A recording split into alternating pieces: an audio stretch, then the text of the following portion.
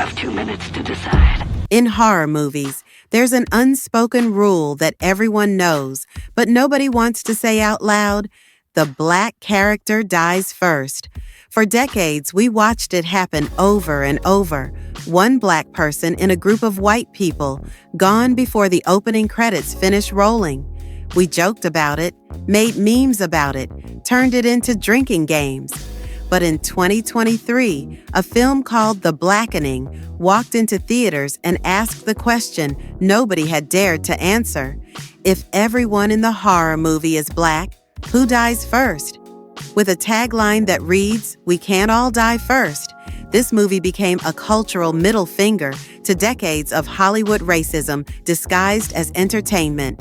What started as a 5-minute Comedy Central sketch in 2018 somehow transformed into a theatrical release that opened the same weekend as The Flash and quietly became a box office success. Directed by Tim Story, written by Tracy Oliver and Dewayne Perkins, and featuring an all-black cast cracking jokes while running from a masked unaliver, The Blackening finally said what we'd all been thinking for decades. And the wild journey from viral internet video to legitimate Hollywood film is packed with stories just as entertaining as the movie itself. Fact number 1. The Blackening didn't start in a Hollywood writer's room or a pitch meeting with studio executives. It started in 2016 as a sketch for a Chicago-based comedy troupe called Three-Peat, created by Dewayne Perkins. The concept was simple but brilliant. Take that tired horror movie trope where the black character dies first and flip it on its head by asking what happens when everyone in the movie is black. The sketch was performed live in Chicago, doing well enough that Perkins and his troupe decided to film it. In 2018, Comedy Central picked it up as a digital short and released it online. That's when everything changed. The 5-minute video went absolutely viral, racking up millions of views as people shared it across social media. Black viewers especially connected with it because it was saying something they'd been joking about for decades. Why are we always the first ones dead in these movies? The virality caught the attention of Tracy Oliver, a writer and producer who'd just come off the massive success of Girls Trip in 2017, which earned over $140 million at the box office. Oliver saw the potential immediately and called Perkins with a proposition. What if we turned this 5-minute sketch into a full feature film? Perkins admits he hadn't thought past making the sketch. Expanding it into a 90-minute movie seemed impossible. But Oliver had the experience, the connections, and the vision. She told him, "You know more than me about comedy. I know more about Hollywood. Let's do this together." And that partnership became the foundation for everything that followed. Fact number 2. The movie's tagline, "We can't all die first," is more than just a clever marketing line. It's a direct, unapologetic mockery of one of horror's most persistent and racist tropes, the black character being expendable, existing only to be sacrificed so white protagonists can survive. Think about how many horror movies you've seen where there's one black character in a group of white people and they're the first to go. It's so common it became a joke, a meme, a drinking game rule. The Blackening takes that trope and challenges it head-on by creating a scenario where it simply can't apply. If everyone is black, who dies first? Who's expendable? Who's the sidekick versus the protagonist? By making the entire cast black, the film forces audiences to engage with these characters as individuals with distinct personalities, backstories, and reasons to survive, not as tokens whose primary narrative purpose is to die and make room for the real heroes. That tagline became a rallying cry for Black audiences who'd been waiting their entire lives for a horror movie that centered them, that didn't treat their lives as less valuable than white characters, that acknowledged the absurdity and racism of how Hollywood had been treating Black characters in horror for decades. It's funny, yes, but it's also defiant. It's saying, we see what you've been doing and we're done with it. That kind of bold, confrontational humor is what made the film resonate so deeply with audiences who were tired of being an afterthought in the genre. Fact number 3. Here's something fascinating about Dewayne Perkins and his relationship to the very trope his film challenges. Initially, Perkins actually disagreed with the black character dies first criticism. He didn't think it was accurate based on his own viewing of horror films. But as he researched for the project and really examined the genre's history, he realized the issue was more nuanced and more insidious than just dying first. The real problem wasn't always about literal death order.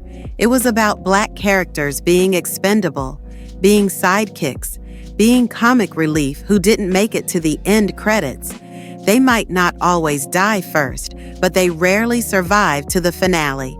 They weren't given the emotional arcs, the love interests, the hero moments that white characters received. They existed to support white protagonists' stories, not to have their own. Once Perkins understood this deeper pattern, the film's commentary became sharper and more pointed. This realization shaped how The Blackening approaches its satire. The movie isn't just about survival order. It's about who gets to be fully human in horror narratives, who gets character development, who gets to make mistakes and still be worth saving. By creating a film where black characters occupy every role, hero, comic relief, love interest, smart one, reckless one, The Blackening demonstrates what horror looks like when black characters aren't just accessories to someone else's story.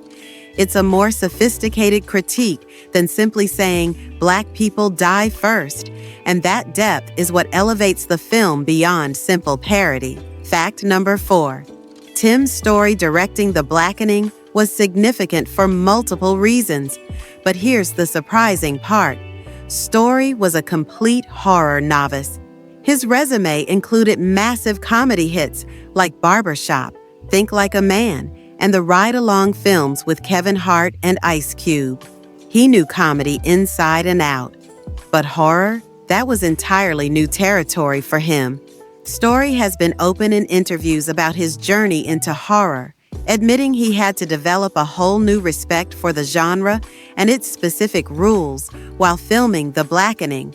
Horror has conventions and expectations that comedy doesn't.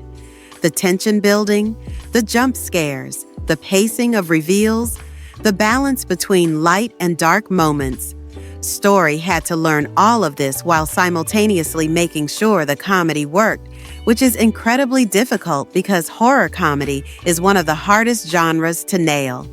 What Story brought from his comedy background was an understanding of timing, of how to let actors improvise and find the funniest version of a scene, of how to build ensemble chemistry. Those skills proved crucial because The Blackening lives or dies on whether you believe these people are actually friends, whether their banter feels natural, whether you care if they survive. Story's fresh perspective on horror also meant he wasn't bound by genre conventions. He could take risks and try things that a horror veteran might not have considered. His willingness to learn and adapt made the film work in ways a purely horror-focused director might have missed. Fact number 5. One of the most brilliant aspects of The Blackening is how Dewayne Perkins plays a character named Dewayne, who is explicitly a horror fanatic, aware of all the genre tropes. It's deeply meta, blurring the line between Perkins, the actor/writer who created this project, and Dewayne, the character living through it. The character even references horror movie rules, pointing out patterns and predicting outcomes based on his encyclopedic knowledge of scary movies. Perkins has explained that he kept his name for the character for 2 reasons. First, there was a practical element. He joked that, "No one can play this but me," because the character is essentially a heightened version of himself. Second, it added to the meta-commentary the film was making. By having a character named Dewayne, who knows all about horror tropes In a movie written by Dewayne Perkins that's commenting on horror tropes, the film is constantly winking at the audience, acknowledging its own construction while still functioning as an actual horror comedy. This self-awareness is crucial to how The Blackening operates. The characters know they're in a horror movie situation. They reference other horror films. They try to apply horror movie logic to their predicament.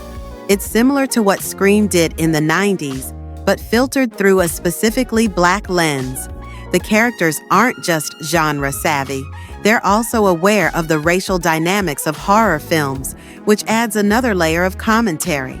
When they debate who's the blackest and therefore most likely to die, they're engaging with both horror conventions and racial identity in ways that make the satire sharper and more culturally specific. Fact number 6.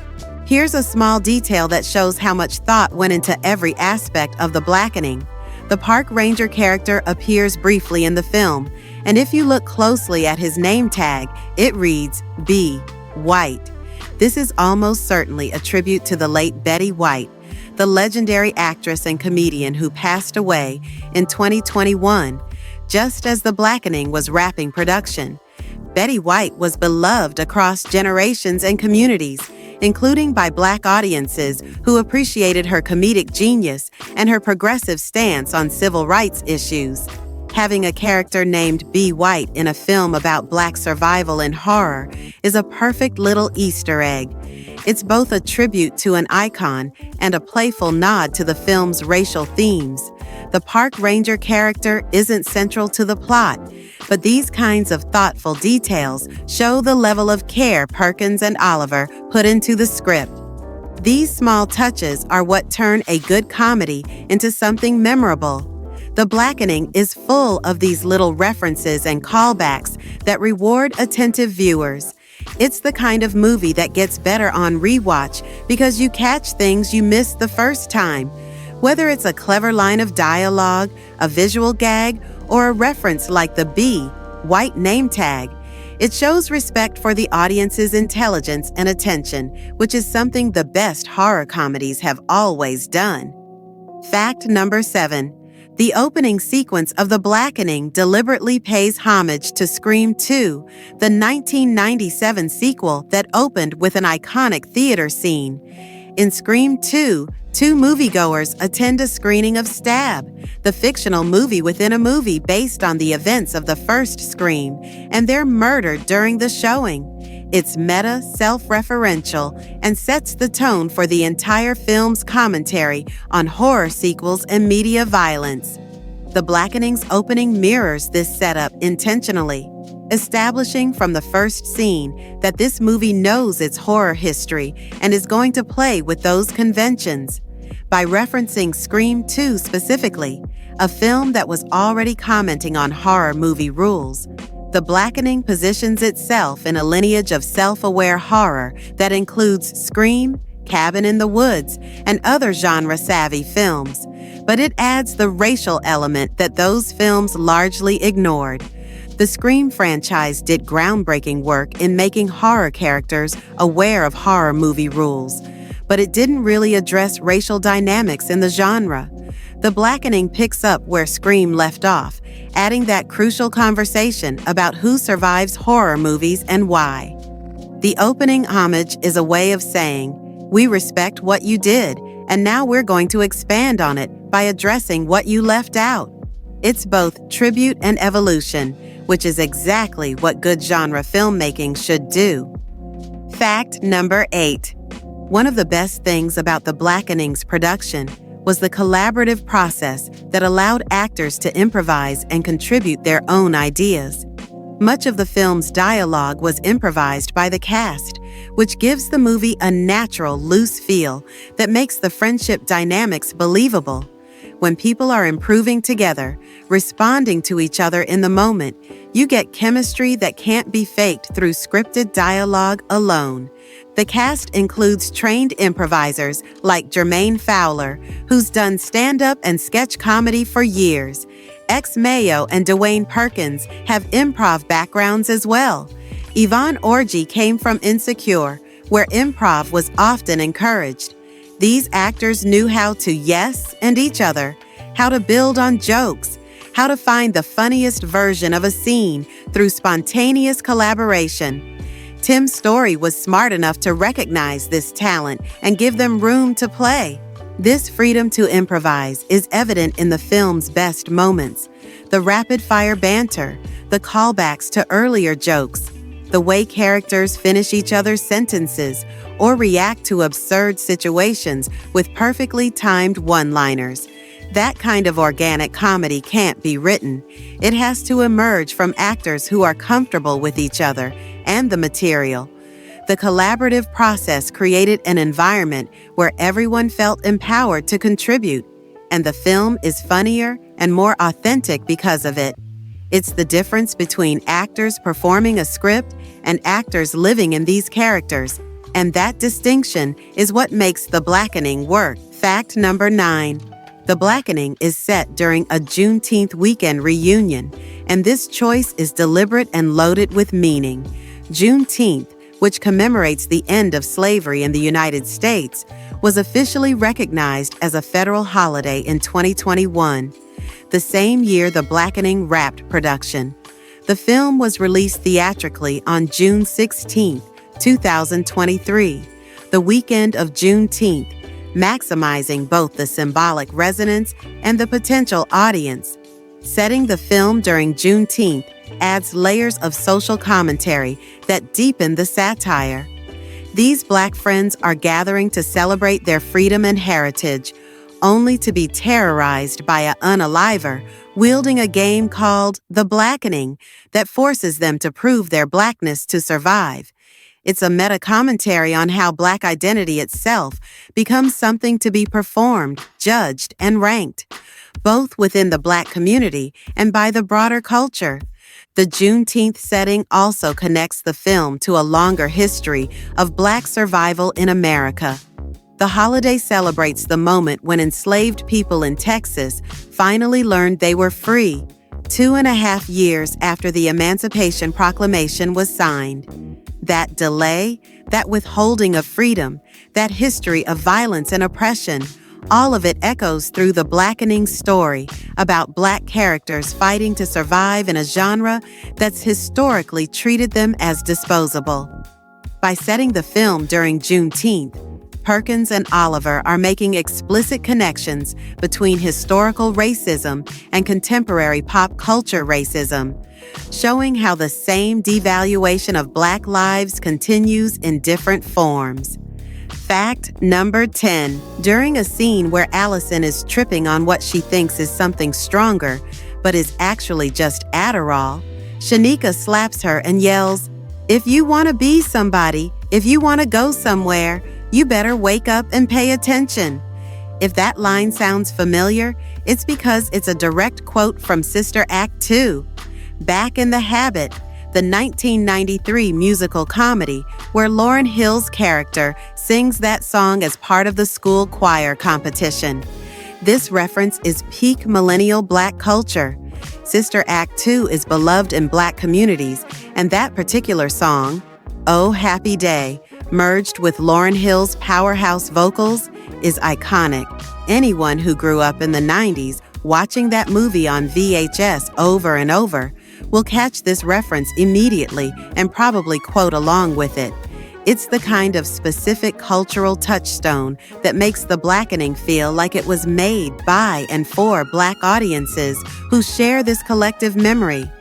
These kinds of references are scattered throughout the film, creating a sense of community between the movie and its target audience. You don't need to catch every reference to enjoy The Blackening, but if you do catch them, they add an extra layer of connection and appreciation. It's similar to how Marvel movies include Easter eggs for comic book fans. The Blackening includes Easter eggs for Black audiences who grew up on certain movies, TV shows, and cultural moments. The Sister Act 2 reference is one of many that make the film feel like a love letter to Black pop culture. Fact number 11. Right before the unaliver asks his first trivia question, two characters are having a conversation about The People Under the Stairs, the 1991 Wes Craven horror film. They specifically mention that it features a Black character who survives, which is notable because that wasn't common in early 90s horror. Then, seconds later, the unaliver's first question is, name a Black character who survived a horror movie. This is brilliant screenwriting because it sets up the game's premise while also demonstrating the character's knowledge of horror. They literally just discussed an answer to the question, but under pressure, will they remember? It also highlights how rare Black survival in horror actually is.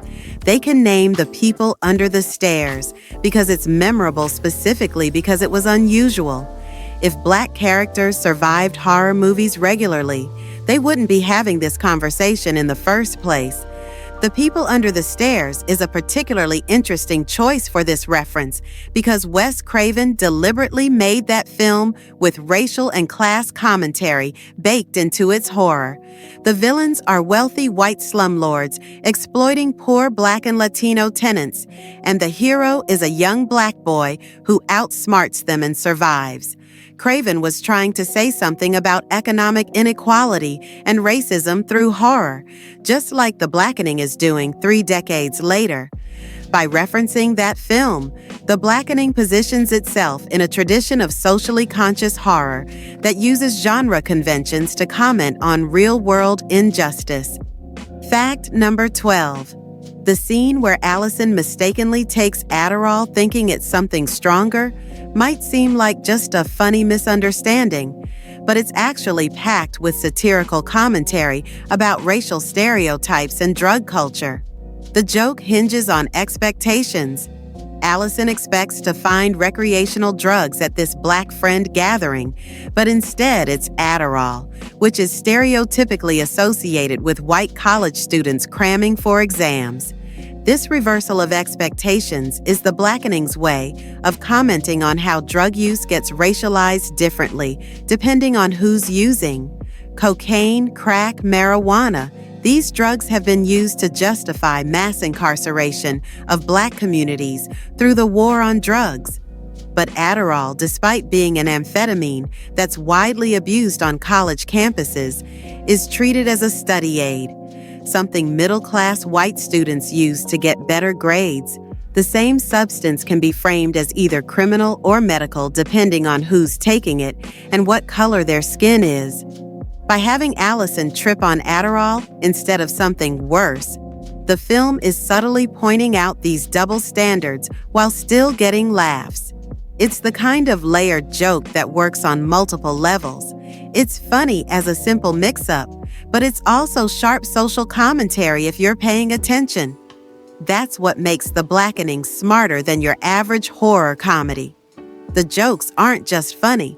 They're often saying something meaningful about race, stereotypes, and cultural assumptions. Fact number 13. Despite opening the same weekend as The Flash, a massive superhero tentpole from DC and Warner Bros., The Blackening was a genuine box office success story. Made on a modest budget, the film was projected to earn around $7 to $8 million in its opening weekend. It ended up making $6 million, which might sound like it underperformed, but context matters.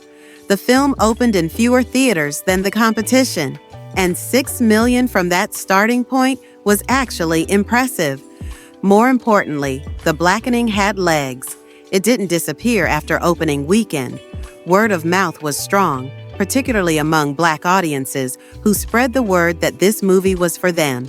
The film continued earning solid numbers in subsequent weekends, ultimately becoming profitable and exceeding industry expectations for a horror comedy, with no major stars opening against superhero blockbusters. Lionsgate, which acquired distribution rights for just under $20 million after the film premiered at Toronto International Film Festival, made a smart bet. The Blackening proved you don't need a $100 million budget or IP recognition to succeed if you have a great concept, a talented cast, and an underserved audience hungry for representation. The success was sneaky. It wasn't flashy headlines about massive opening weekends, but steady performance that demonstrated There's a real appetite for Black horror comedy done well. That success led to talks about a sequel, with Perkins, Oliver, and producer E. Brian Dobbins potentially returning. Fact number 14. The scene where the characters debate who is the least Black was simultaneously the film's most praised and most criticized moment. For many Black viewers, it was hilarious and relatable. The kind of conversation that actually happens in Black friend groups, where people playfully rank each other's Blackness based on arbitrary criteria like music taste, food preferences, or cultural knowledge. It was seeing yourself and your friends on screen, having the kind of debate that feels uniquely Black.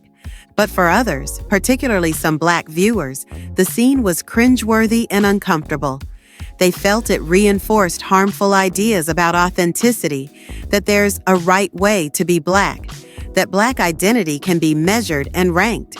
They worried the scene would be misunderstood by non-Black audiences or used to justify gatekeeping within the Black community. Some thought it was funny, but went on too long, making the point and then overstaying its welcome. This divisiveness is actually evidence of the film's cultural specificity. The Blackening was willing to dramatize conversations that happen within Black communities, even knowing not everyone would be comfortable with those conversations being made public. That's a risk. It's much safer to make a movie that avoids anything potentially controversial, anything that might be criticized by the very community you're representing. But The Blackening chose authenticity and specificity over universal appeal, which is why some people loved it intensely while others bounced off it.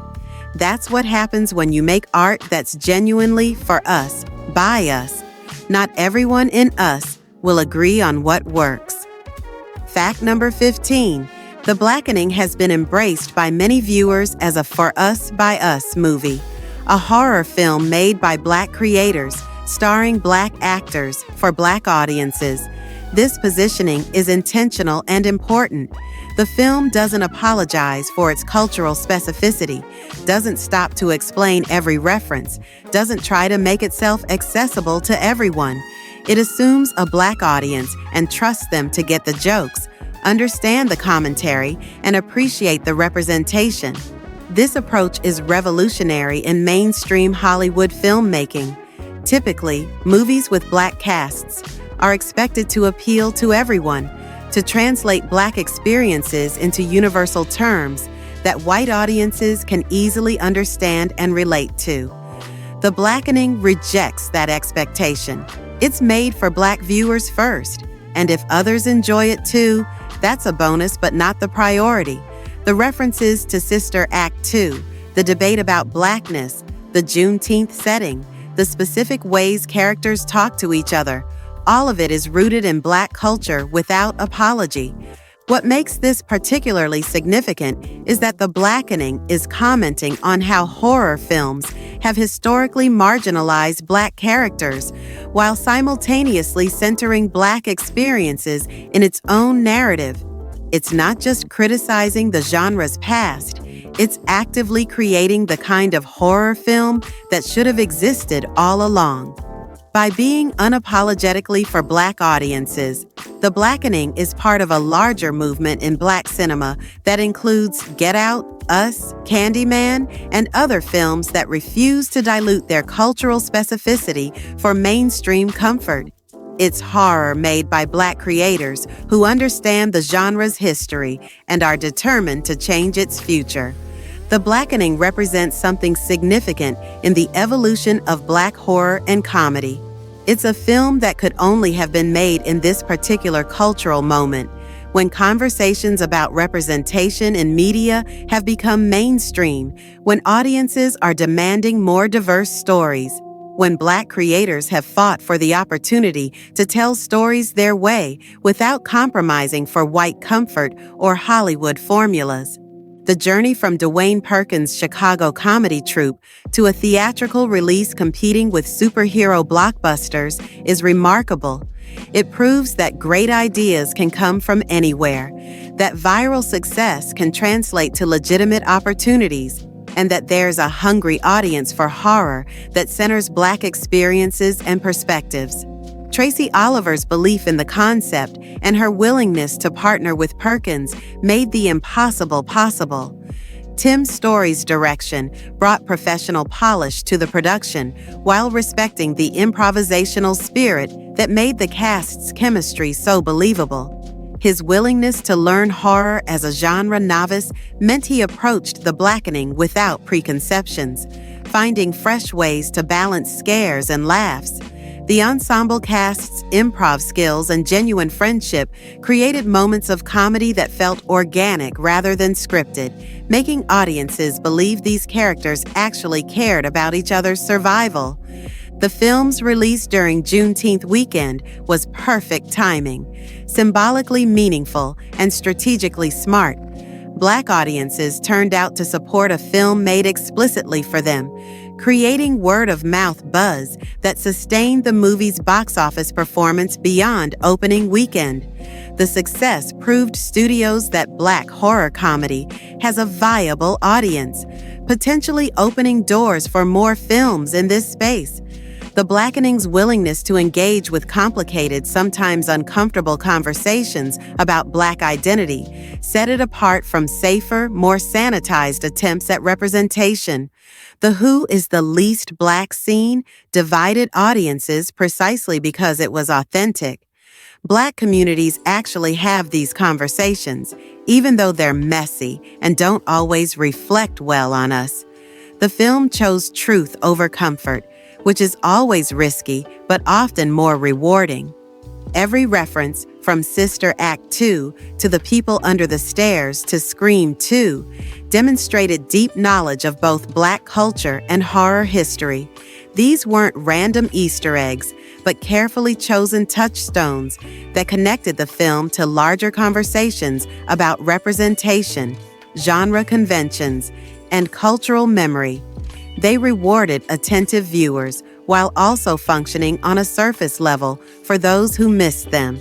The metatextual elements, particularly Perkins playing a character named Dewayne, who knows all the horror tropes, added layers of self-awareness that prevented the film from being just another horror parody. The Blackening was simultaneously sincere about its horror elements and satirical about genre conventions, walking a tightrope that few films manage successfully. It respected horror while critiquing its racial blind spots. These 15 facts only scratch the surface of what makes The Blackening culturally significant. It's a film that addresses decades of frustration with how Black characters have been treated in horror while also being genuinely funny and entertaining. It doesn't lecture. It makes you laugh while planting ideas about representation and expendability that stick with you after the credits roll. The film joins a growing canon of Black horror that includes Jordan Peele's work, the Candyman franchise, and other films that refuse to treat Black characters as disposable. But The Blackening brings a specifically comedic lens to these issues, proving that you can make sharp social commentary without sacrificing entertainment value. The laughs and the critique work together, each enhancing the other. Whether The Blackening gets a sequel remains to be seen, but its impact is already secured. It proved that there's an audience for horror films that center Black experiences, that comedy and social commentary can coexist, that viral sketches can become theatrical releases if the right people believe in them. It showed that, for us, by us, content can succeed commercially while maintaining cultural authenticity. Most importantly, The Blackening answered the question it posed. When everyone in a horror movie is Black, who dies first? The answer, refreshingly, is that everyone fights to survive. Everyone gets character development. Everyone matters. That's the film's ultimate triumph, not just satirizing horror's racial problems, but demonstrating what the genre looks like when Black characters are finally centered, fully human, and worth saving. That's the movie we've been waiting for, and The Blackening delivered it with humor, heart, and a whole lot of screaming. If you enjoyed this deep dive into this suspenseful yet hilarious film, The Blackening, don't forget to like this video, share it with other fans, and subscribe to our channel for more wild facts about your favorite urban horror films and series. Hit that notification bell so you never miss another upload. Thank you for watching, and we'll see you in the next video.